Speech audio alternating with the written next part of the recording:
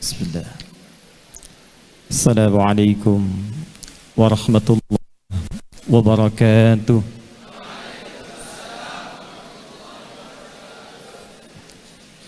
Alhamdulillah.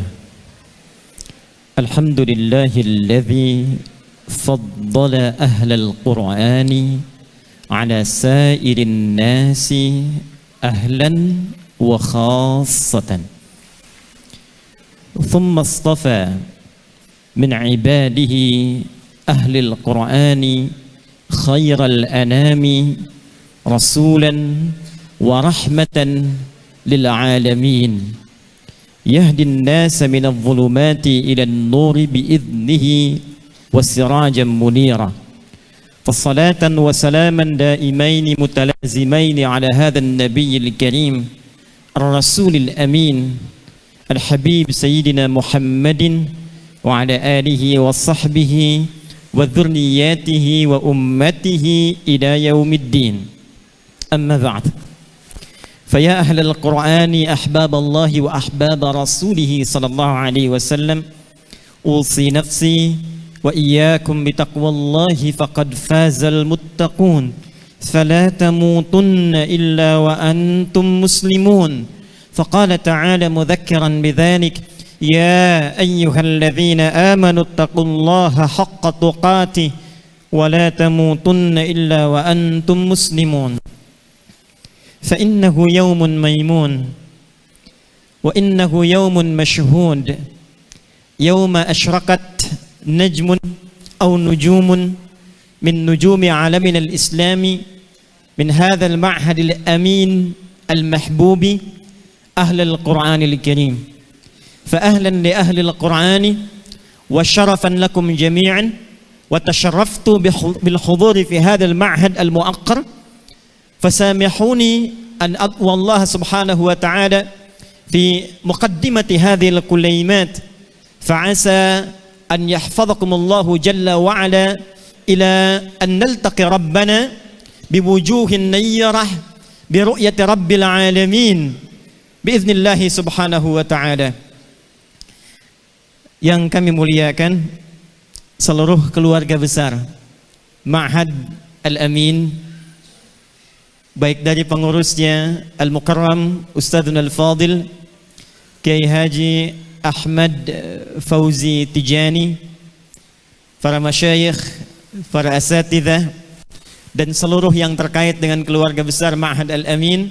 Izinkan kami bermohon doa kepada Allah Subhanahu wa ta'ala, semoga keberkahan senantiasa menyertai Ma'had Al-Amin, semoga cahaya Al-Quran senantiasa bersinar dari Ma'had Al-Amin dan terbawa insyaallah saat kita menghadap kepada Rabbul Alamin.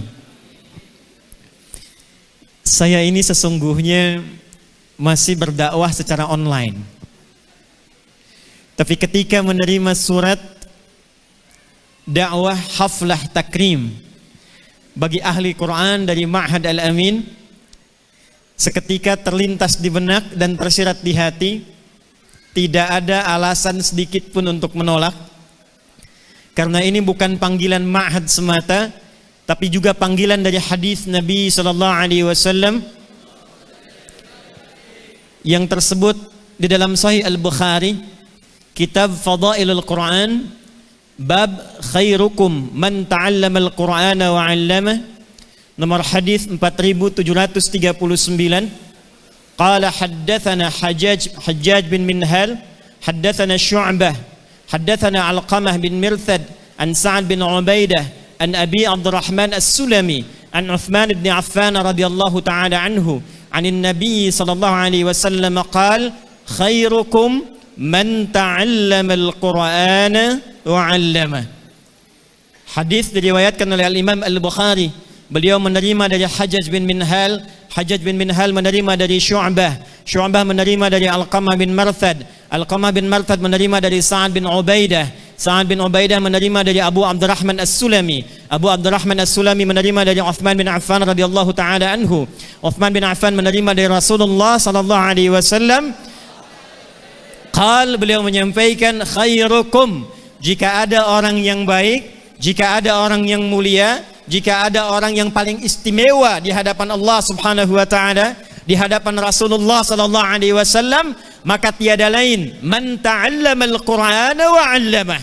Maka itulah ahli Al-Qur'an, itulah orang yang telah belajar Al-Qur'an dan bersiap untuk mempraktekkan dan mengamalkannya dalam kehidupan. Jadi kalau Allah menganggap ahli Quran ahli yang paling istimewa, Rasulullah menganggap ahli Al-Quran adalah orang-orang yang paling mulia, maka tidak ada alasan untuk seorang ahli hidayat untuk datang dan memenuhi undangan orang-orang yang dianggap dan diduga istimewa oleh Allah dan Rasulnya. Al-Quran bukan hanya mukjizat yang paling dahsyat, tapi di antara keistimewaan Al-Quran, dimanapun, kapanpun, dalam keadaan apapun, dan pada siapapun ia turun, maka akan menjadikan seluruh yang terkait dengan itu berubah kemudian menjadi istimewa dalam pandangan Allah Subhanahu wa ta'ala. Malam itu biasa. Dalam Al-Quran itu malam waktunya disebut dengan lail. Ma ba'dal isya ila qaraibul fajr. Setelah isya sampai menjelang fajar, sekitar 15 sampai 20 menit itu ada waktu jeda, disebut dengan sahar namanya. Jamaknya disebut dengan ashar. Quran surah ke-51 Adz-Dzariyat di ayat yang ke-18. Di mushaf standar paling kanan di pertengahan. Wa bil ashari hum yastaghfirun. Ashar. Antara ba'da isya sampai dengan ke sahar itu disebut dengan lail namanya. Lail. Jamaknya disebut dengan layali. Lailun, leli, lala, lili, layali. Itu waktu malam. Ibu leli, ibu malam-malam. Tapi dengan turunnya Al-Quran di satu malam, berubah dari sekedar waktu lail menjadi istimewa. Dalam kaidah gramatikal bahasa Arab, untuk menambah satu keistimewaan dalam satu malam, itu tambahkan tak menunjuk pada sifat di dalamnya. Kalau cuma malam, lail. Quran surah ke-17 ayat 79 misalnya. Ketika kita bangun menunaikan tahajud, kata Allah silahkan pilih di antara sekian waktu malam itu. Wa minal laili fatahajjad bih. Tapi ketika turun Al-Quran, berubah dari kata lail, tambahkan tak di ujungnya menjadi lailah. Turun Quran surah ke-97 itu.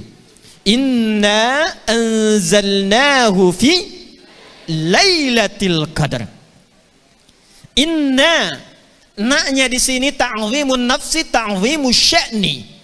Saking dahsyatnya keagungan Al-Quran itu, saking mulianya Al-Quran itu, Allah sampai menurunkan ayat dengan menampilkan keagungannya, keagungan zatnya. Kata Allah, inna, demi keagunganku, aku akan beritakan sesuatu yang sangat dahsyat, sesuatu yang sangat agung. Aku turunkan Al-Quran, kata Allah, fi lailatul qadar. Di satu malam, bukan sekedar malam, saking mulianya Al-Quran, malam itu berubah menjadi istimewa. Disebut dengan Al-Qadar. Wa ma adraka ma lailatul qadar. Apa keistimewaan malam Al-Qadar itu? Lailatul qadri khairum min alfis syahr. Orang yang ibadah di malam itu, orang yang mendekat kepada Allah di malam itu, yang salat, yang zikir, yang baca Al-Quran, maka nilainya, catat ini, nilainya, catat ini, bukan 1000 bulan, tapi lebih dari 1000 bulan. Khair min, lebih dari. Bukan 1000 bulan, standarnya 1000 bulan, paling sedikit. Tapi siapa yang ibadah lebih dari 1000 bulan? 1000 bulan saja sudah 83 tahun 40 hari. Jadi orang yang ibadah di malam itu, dia menunaikan sholat bertepatan dengan momentum turunnya Al-Quran saat mula diturunkan. Itu sama mendapatkan pahala sholat selama 83 tahun 40 hari paling sedikitnya. Allahu Akbar, Allahu Akbar, Allahu Akbar, 83 tahun 40 hari. Al-Quran diturunkan harinya Jumat. Jumat ini sebelumnya hari biasa. Jumat ini hari standar.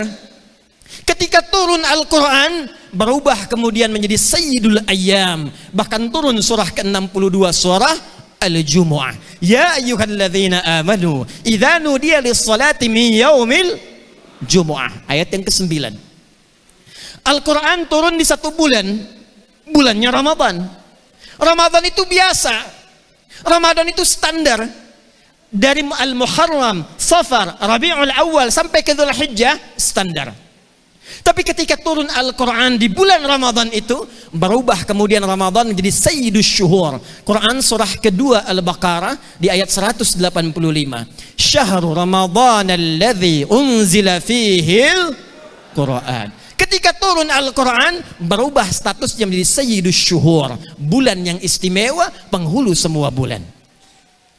Al-Quran turun di Mekah, Mekah berubah menjadi Mubarakah. Al-Quran turun di Yathrib, Yathrib yang tadinya tertinggal, ekonomi resesi, kriminalitas banyak, perpecahan terjadi, Aus dan Khazraj, 600 tahun nggak tuntas. Datang Nabi Muhammad SAW dengan cahaya Al-Quran, berubah kemudian. Yathrib yang tertinggal jadi maju, suasana desa jadi kota, banyak cahaya kebaikan. Dalam bahasa Arab kota menjadi Al-Madinah, cahaya kebaikan disebut dengan Al-Munawwarah. Datang Al-Quran, berubah dari Yathrib menjadi Al-Madinah Al-Munawwarah.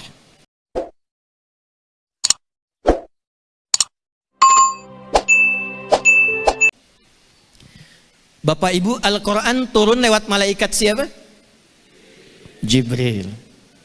Malaikat di langit itu selalu punya teman Rasul di bumi. Rasulus sama lahu sadiqan rasulul ard. Setiap Rasul di langit itu selalu punya teman Rasul di bumi. Sebelum diutus Nabi Muhammad, status malaikat Jibril itu Rasul biasa. Kebanyakan para nabi sebelum Rasulullah itu temannya malakul maut, malaikat maut. Ada di sini yang pengen punya teman malaikat maut? Nabi Musa temannya malaikat maut, Israel. Nabi Daud temannya malaikat maut, Israel. Tapi ketika diberikan tugas menurunkan Al-Quran kepada Jibril alaihi salam, langsung naik status Jibril dari Rasul langit biasa, dari malaikat biasa, naik status menjadi Ruhul Amin, Sayyidul Malaikati wal Mursalin minas sama. Diturunkan lagi dari Jibril alaihissalam kepada Rasul yang terakhir, Rasul yang mulia, Muhammad sallallahu alaihi wasallam. Sebelum Nabi Muhammad sudah ada Rasul, sebelum Nabi Muhammad sudah ada Nabi, sebelum Nabi Muhammad sudah ada orang-orang yang mulia.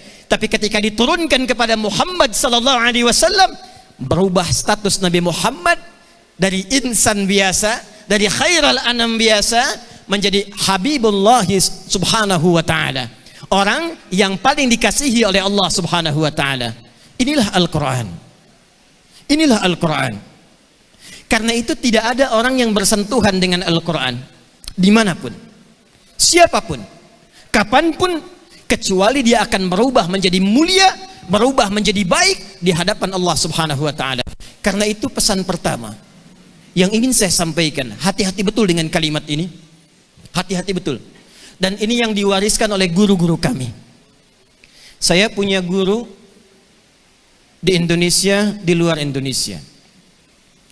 Di Indonesia ada guru kami yang sanadnya tersambung sampai ke Mbah Hashim, Muhammad Hashim bin Ash'ari, yang mendirikan Nahdlatul Ulama tanggal 31 Januari 1926. Namanya Kiai Haji Hafidh Uthman. Itu kakak ibunda kami. Mendapat ilmu dari Kiai Haji Idam Khalid, mendapat ilmu dari Kiai Haji Wahid Hashim, mendapat ilmu dari Mbah Hashim, Muhammad Hashim bin Ash'ari bin Abdul Wahid bin Abdul Halim Al-Mulaqab bi Pangeran Benawa bin Abdurrahman Al-Mulaqab bin Joko Tingkir bin Abdullah bin Abdul Aziz bin Abdul Fattah bin Maulana Ishaq Walid Raden Aidul Yakin yang dikenal dengan Sunan Giri. Demikian kata Mbah Hashim dalam kitabnya ya Adabul Alim wal Muta'alim di halaman ketiga paling kanan sebelah atas. Dari jalur Muhammadiyah kami juga menimba ilmu. Dari pesantren Darul Arqam, Kiai Haji Rafi'uddin Akhyar, Kiai Haji Rafani Akhyar, naik ke atas sampai ke Mbah Ahmad Dahlan. Ya, Kiai Haji Ahmad Dahlan bin Kiai Haji Abu Bakar bin Kiai Sulaiman, bin Kiai Murtada, bin Kiai Ilyas, bin Demang Jurang Juru Kapindo, bin Demang Jurang Juru Sapisan, bin Kiai Gerbek, bin Muhammad Fadlullah, bin Maulana Ishaq. Jadi nasab Mbah Hashim Asy'ari dengan nasab Kiai Haji Ahmad Dahlan itu dua-duanya bertemu di Maulana Ishaq bin Maulana Ibrahim Al-Kabir, tersambung ke Sayyidina Al-Husain bin Ali bin Abdul Muttalib, zauju Fatimah Zahra bintu Muhammad sallallahu alaihi wasallam, bin Abdullah bin Abdul Muttalib bin Hashim bin Abdul Manaf bin Qusay bin Murrah bin Kilab bin Ka'ab bin Ghalib bin Fihr bin Malik bin Nadar bin Kinana bin Khuzaimah bin Mudrika bin Ilyas bin Nizar bin Mudar bin Ma'ad bin Adnan bin Addi bin Adri bin Muqawwam bin Nahur bin Tarih bin Ya'rub bin Yasjub bin Nabit bin Ismail alaihissalam bin Ibrahim alaihissalam bin Adhar atau bin Tarih bin Abir bin Kinan bin Arfakhshad bin Sam bin Nuh alaihissalam bin Mihlail Matushala bin Kinan bin Anwas bin This bin Adam alaihissalam.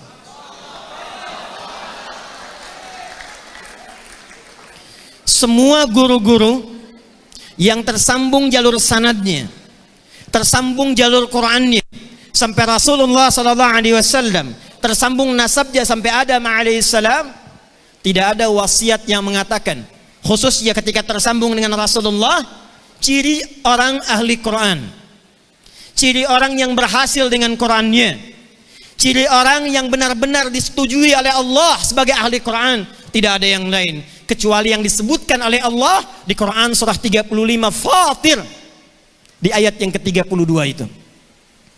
Thumma awrathna al-kitaba alladhina istafayna min ibadina faminhum zalimun li nafsi wa minhum muqtasid wa minhum sabiqun bil khairati biiznillah. Perhatikan baik-baik, hati-hati ahli Quran yang diwisuda hari ini, hati-hati. Kata Allah, akan ada ahli Quran itu yang sebetulnya kami wariskan Al-Quran kepada mereka, tapi ternyata menjadi 3 golongan, menjadi 3 klasifikasi. Awas, hati-hati. Faminhum zalimun li nafsih. Ada ahli Quran tapi zalim. Ada ahli Quran tapi zalim. Zalim itu tidak menempatkan sesuatu pada tempatnya. Lawan dari kata hikmah. Menempatkan sesuatu pada tempatnya disebut dengan hikmah. Tidak menempatkan sesuatu pada tempatnya disebut dengan zalim. Gayung itu buat mandi, gelas untuk minum. Ada orang minum pakai gayung, mandi pakai gelas, itu zalim. Ada ahli Al-Quran, dia hafal Quran, dia tahu Al-Quran, dia sering baca Al-Quran, tapi tidak menempatkan ayat Al-Quran sesuai dengan tempatnya. Dia hafal qul huwallahu ahad, hanya Allah Tuhan satu-satunya yang hak, yang layak untuk disembah. Hafal qul huwallahu ahad sampai ujungnya, tapi lisannya bisa mengatakan semua agama sama, menuju pada Tuhan yang sama, cuma caranya beda-beda. Ini menunjukkan ada yang salah dengan Qurannya, ada yang salah dengan apa yang ia hafalkan, ada yang salah dengan apa yang ia baca. Jazakallah khair, Allah yubarik fikum. Hadirin sekalian, Al-Quran itu kalau sekedar hafal, banyak yang hafal. Kalau sekedar kita ingin hafalkan, mudah dihafalkan. Karena memang di antara kitab yang ada di muka bumi ini, yang dijamin langsung oleh Allah mudah dihafalkan, itu cuma Al-Quran. Dan jaminannya 4 kali. Buka Quran surah ke-54. Saya ulang. Buka Quran surah ke-54. Disebutkan 4 kali di ayat ini. Ayat 17, ayat 22, ayat 32, ayat ke-40. Masih ingat ayatnya? Walaqad yassarnal Qur'ana lidzikri fahal mim. Bahkan menggunakan lam dengan qad. Lamnya taukid, qadnya tahqiq. Biasanya di Al-Quran kalau sudah pakai lam saja, kalau sudah pakai qad saja. Wal 'asr innal insana lafi khusr qad aflahal mu'minun. Kalau sudah pakai lam, taukid, lam saja. Kalau sudah pakai qad, tahqiq, qad saja. Tapi urusan hafalan Al-Quran, lam dengan qad disatukan. Walaqad yassarnal Quran. Untuk memberikan penegasan kepada kita, untuk meyakinkan kita, kata Allah, hei, aku tegaskan ya, aku pastikan ya, aku jamin ya, aku mudahkan semudah-mudahnya untuk menghafal Al-Quran itu, untuk mengingat Al-Quran itu. Maka adakah di antara Anda yang ingin menghafalkannya? Jadi kalau urusan menghafal Al-Quran itu mudah. Saya punya beo namanya si Soleh. Saya punya beo namanya Soleh. Itu diajarkan bismillah, Pak? Bisa. Soleh, assalamualaikum. Assalamualaikum. Assalamualaikum. Soleh, bismillah. Bismillah. Bismillah. Soleh, alhamdulillah. Alhamdulillah. Alhamdulillah. Ternyata mudah. Karena itu saking mudahnya, anak kecil hafal Quran, orang dewasa hafal Quran, yang bisa lihat hafal Quran, yang tak bisa melihat dijaga oleh Allah supaya tidak menatap maksiat, hafal Quran. Kami kemarin ada karantina hafal Al-Quran 30 hari. Ada seorang ibu usia 55 tahun hafal Quran 25 hari, 30 juz, bukan juz 30. Ada yang hafal Quran 21 hari. Rekor dipegang oleh orang Wajo, hafal Quran 14 hari. Untuk menghafal Quran itu mudah. Saya jadi amin khutbah saat di Tripoli, bertemu dengan tokoh lintas agama. Itu yang nikahkan Kate Middleton, namanya Rowan Williams. Itu saya ketemu dialog lintas agama. Dia bawa staf, di antara stafnya hafal Quran.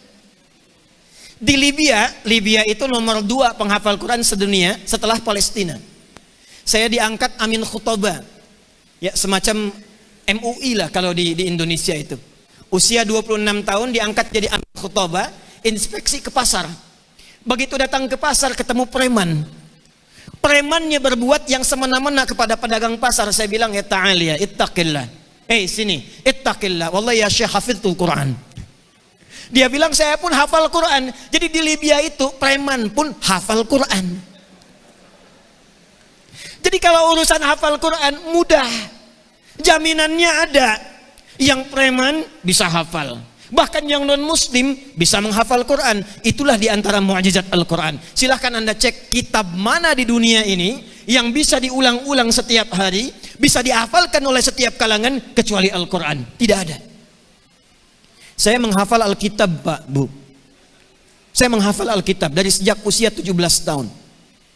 Kitab Genesis, Kejadian, kitab Exodus, Keluaran, kitab Imamat, Levitikus, ya, kitab Bilangan, Numbers. Itu saya menghafal. Tapi tidak ada ketika menghafal selain Al-Quran keindahan-keindahan dalam bacaan, keinginan mengulang dalam setiap hari kecuali Al-Quran. Tunjukkan kepada saya di mana ada orang bisa mengulang Al-Quran selama 17 hari dalam sehari. Saya tanya Bapak Ibu, siapa yang baca Al-Quran 17 kali dalam sehari? Boleh angkat tangan. Tidak ada. 16 kali, 15 kali. Ini patut diduga ini sholat tidak? Orang Islam tuh pasti paling minimal sehari baca Al-Quran 17 kali. Saya tidak katakan semua Al-Quran, saya katakan baca Al-Quran. Al-Fatihah Al-Quran bukan? Al-Baqarah Al-Quran bukan? Jadi kalau kita baca Al-Fatihah, baca Al-Quran tidak? Baca Al-Fatihah sehari berapa kali? 17 kali. Kalau 16 kali berarti subuhnya tadi 1 rakaat. 24434 itu nomor telepon Allah online. Lewat sholat. Sholat itu artinya online, tersambung. Jadi kalau kita ingin online dengan Allah, nomornya 24434. 2 subuh, 4 zuhur, 4 asar, 3 maghrib, 4 isya. Setiap kita mengerjakan 17 ini, hitungannya ini, 5 waktu ini, itu pasti baca Al-Fatihah. Jadi dalam sehari, wajib orang Islam itu baca Al-Fatihah berapa kali? 17 kali. Sekarang saya tanya, ada nggak orang baca Al-Quran, baca Al-Fatihah 17 kali dalam sehari bosan? Ada orang bosan baca Al-Fatihah? Ada orang pusing baca Al-Fatihah? Demi Allah saya katakan, saya belum pernah mendapatkan pengaduan ada orang datang, Ustaz, Allahu Akbar, Masya Allah, kenapa? Saya pusing karena sehari 17 kali baca Al-Fatihah.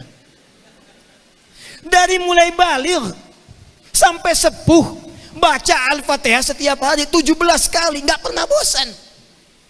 Silahkan baca kitab yang lain selain Al-Quran.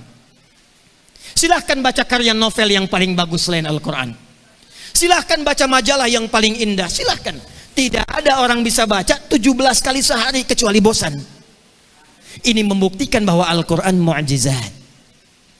Saking mu'jizatnya, baca Al-Quran 1 jam bisa tahan. Baca Al-Quran walaupun gak bosan 10 menit sudah ngantuk.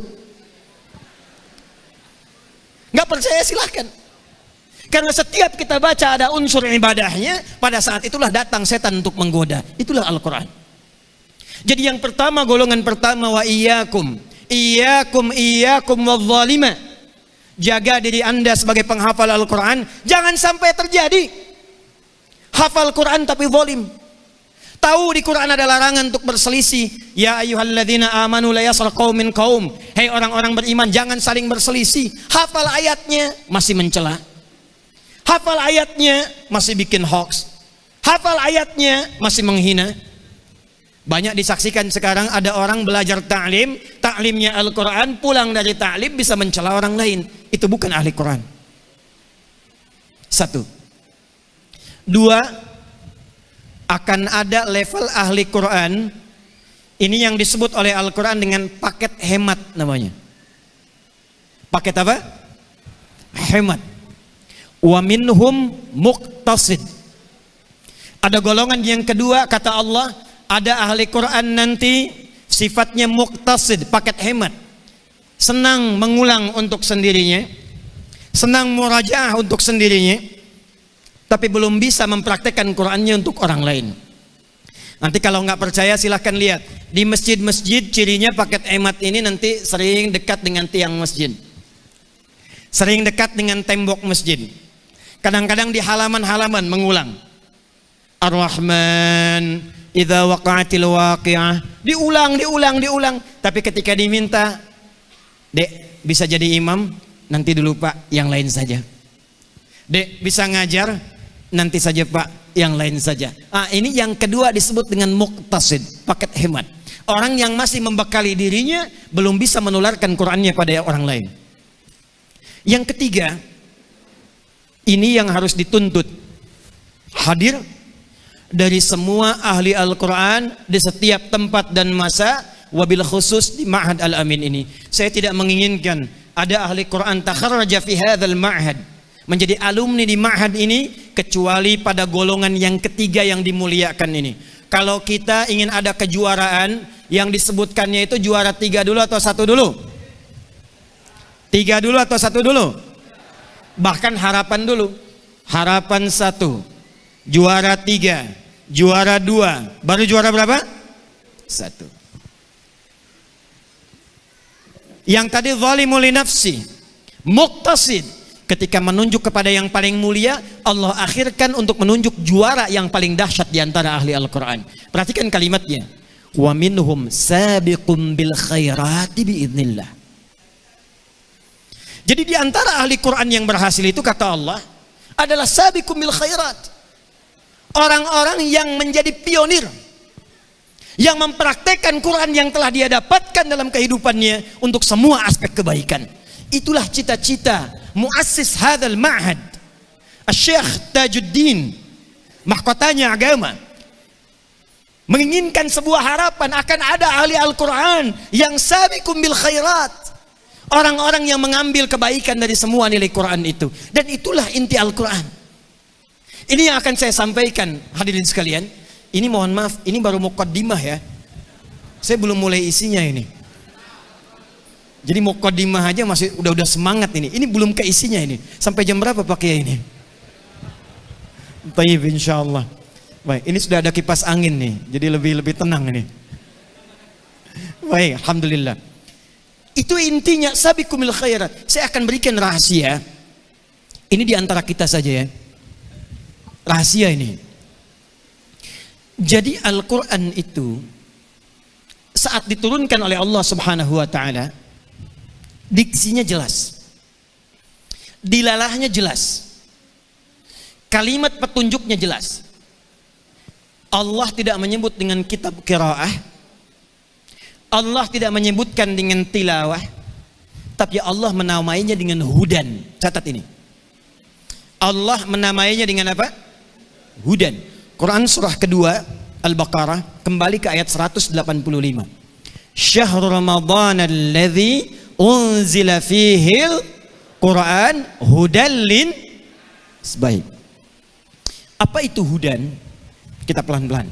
Nanti dari sini kita akan turunkan, dan dari turunan inilah kemudian berdirinya Ma'had Al-Amin yang tadi disebutkan oleh Kiai Ahmad Fauzi At-Tijani. Hudan itu asalnya pedoman hidup secara singkat.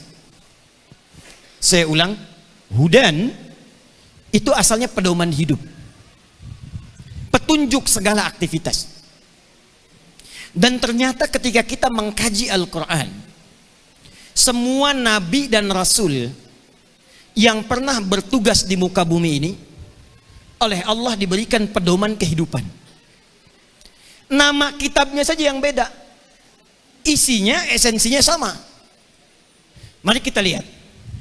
Manusia pertama sekaligus nabi yang diturunkan oleh Allah ke muka bumi namanya siapa? Adam alaihissalam. Sekarang buka Quran surah kedua Al-Baqarah di ayat ke-38. Ketika Adam mulai diturunkan ke muka bumi untuk bertugas sebagai khalifatullah fil ard, dan istrinya ikut,